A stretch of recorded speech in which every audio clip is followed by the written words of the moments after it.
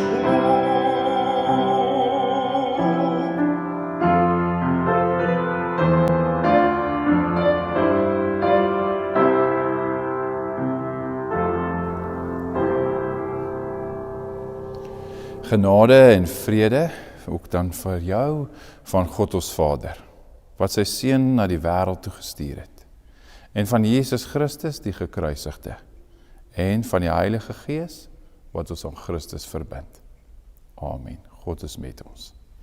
Ek wil graag sommer begin om vir jou te vra of jy al in jou lewe iets verloor het wat vir jou baie belangrik is, of dalk iets wat vir jou baie spesiaal is. Dink so 'n bietjie aan 'n spesiale item of dalk toe jy 'n kind was, 'n baie spesiale speelding of dalk 'n juweelstuk of iets wat jy al verloor het wat jy regtig voel, maar my hart is seer daaroor omdat ek dit verloor het. Dalk het jy dit begin soek en op 'n stadium na 'n lang tyd het jy weer op dit afgekom en dit gevind.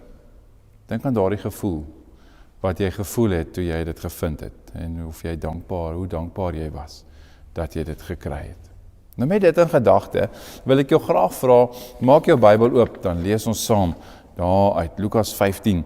Ons lees vanaf verse 1 tot 10 en dan wil ek jou graag aanmoedig om ook later vandag verder te lees daar vanaf verse 11 en verder.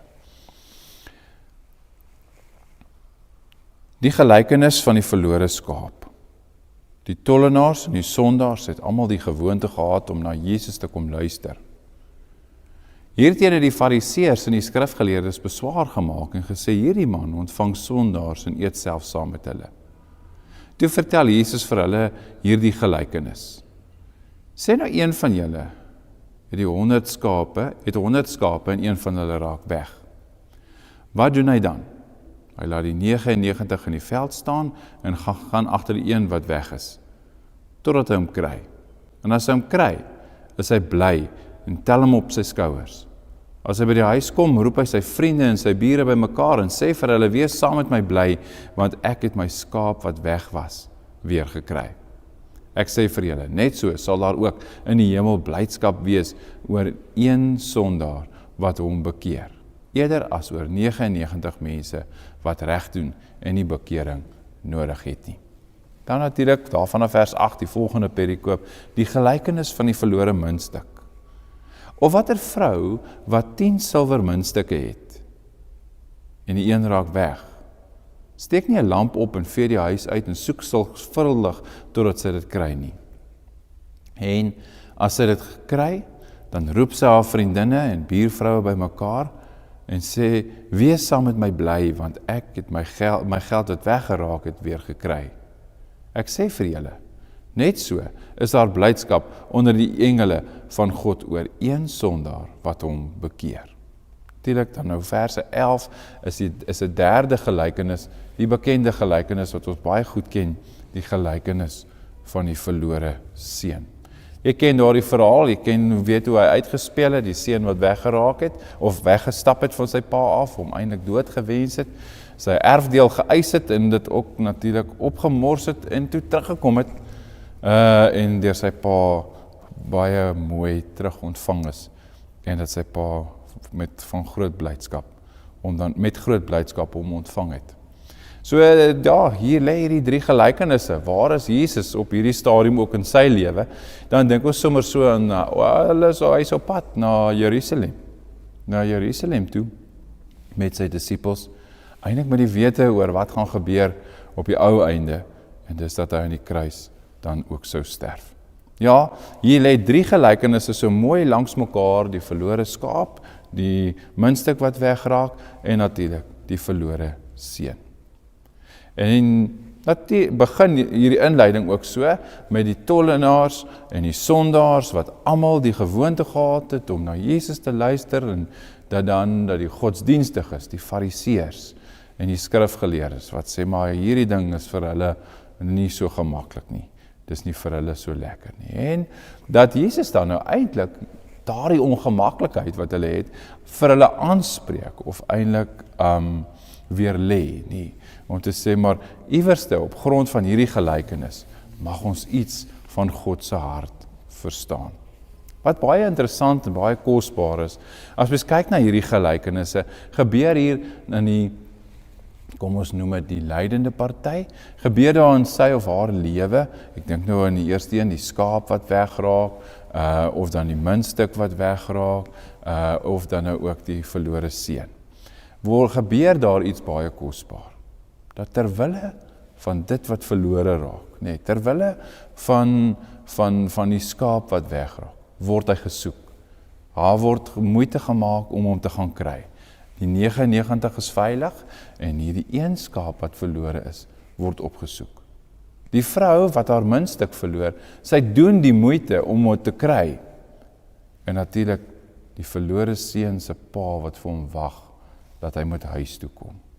Ja, ek dink sommer dadelik so aan die gemeente waar ek groot geword het, en waar 'n predikant daar eendag iets baie kosbaar vir my gesê het, wat my tot vandag toe nog baie diep raak. As ons iets van God se hart moet probeer verstaan, dan moet ons verstaan dat dit vir hom ook oor ons gaan. En hierdie ons is natuurlik die verhouding tussen God en ons in God. En dat dit vir hom belangrik is. Daarom, net soos hierdie gelykenis, dat ons iets van God se hart eintlik hierin probeer verstaan. Hierdie skaap wat wegraak, en dat hy gesoek gaan word. Jesus is besig om dit vir die fariseërs te verduidelik. Te sê, dit is baie persoonlik, as dit met jou sou gebeur, hoe sou jy maak, as een van jou skape sou wegraak?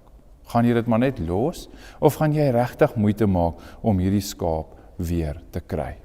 En as jy hierdie skaap gekry het, gaan jy mos natuurlik bly wees. Lukas skryf so mooi, hy sê, hy het sy vriende genooi en sy bure, en gesê, kom wees saam met my bly, ek het die skaap gekry wat verlore is.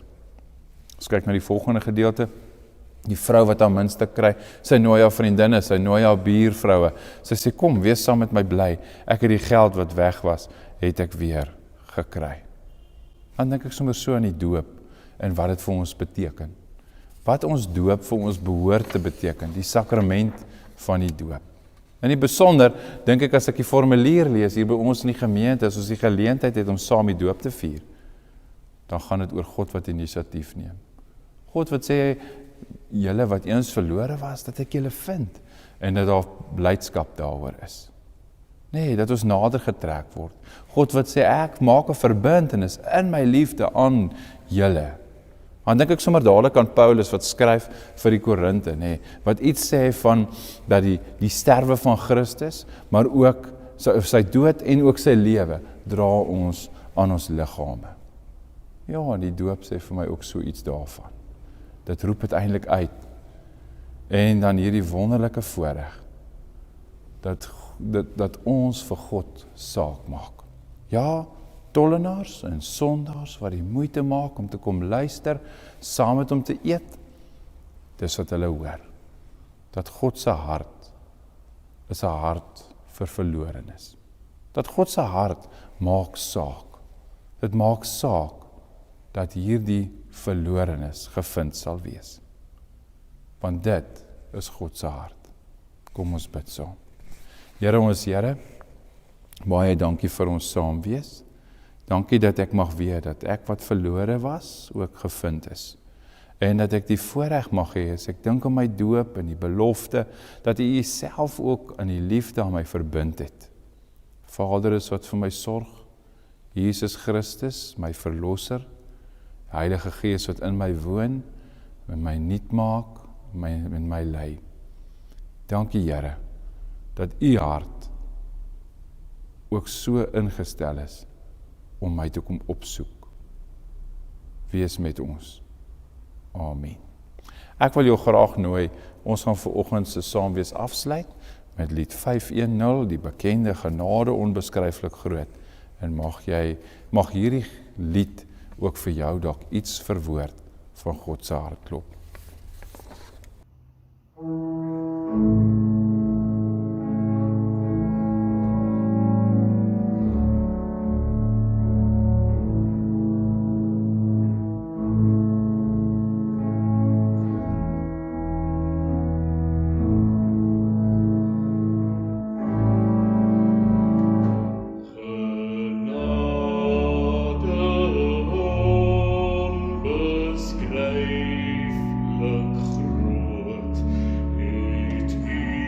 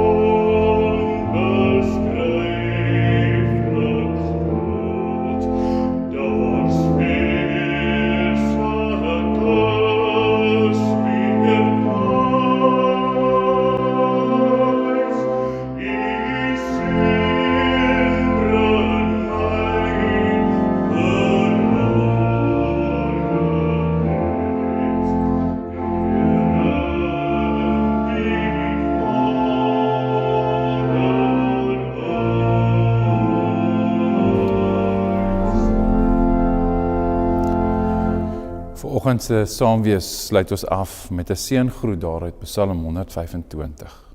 Dit is 'n pelgrimslied. Hulle wat op die Here vertrou, is soos die berg Sion, wat nie wankel nie, wat vir altyd vas staan. Jerusalem word omring deur berge, die Here omring sy volk, van nou tot in ewigheid. Dit is die woord van die Here. Mag die Here wees, daar waar jy sal wees. Mag die Here gaan, daar waar jy gaan. God is met ons. Amen.